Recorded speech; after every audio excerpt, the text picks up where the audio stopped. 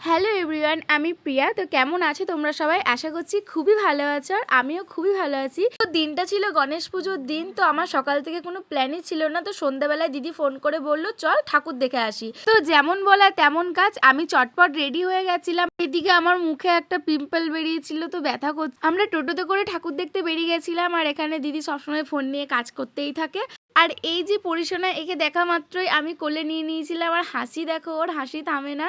তো গাড়ি দেখতে দেখতে ঠাকুর দেখতে চলে এসেছিলাম। আমরা প্রথমে এসেছিলাম নন্দিকেশ্বরী তলার মন্দির পাশে মেঘদূত ক্লাবে।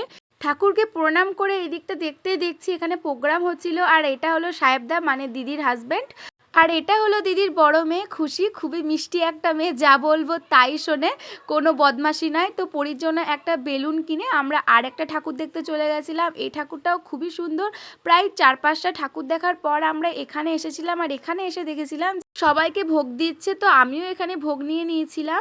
গণেশ পুজো অনেকদিন আগেই পেরিয়ে গেছে, কিন্তু আমার এই ভিডিওটা ছাড়বো করে আর ছাড়া হয়নি, কারণ সামনেই ছিল আমার এক্সাম। তাই এক্সামের পরই এডিট করে আমি ছাড়লাম, কারণ এডিট করতেও তো অনেক টাইম লাগে।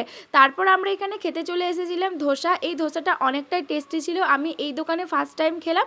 পুরোটাই নিরামিষ, এখানে যাই খাবার নেবে সব নিরামিষই পাওয়া যায়। তারপরে চাউমিন খেয়ে একটা স্প্রাইট কিনেছিলাম। তো দেখা হচ্ছে নেক্সট মিনি ব্লগে। ভালো লাগলে অবশ্যই একটা লাইক করো। বাই।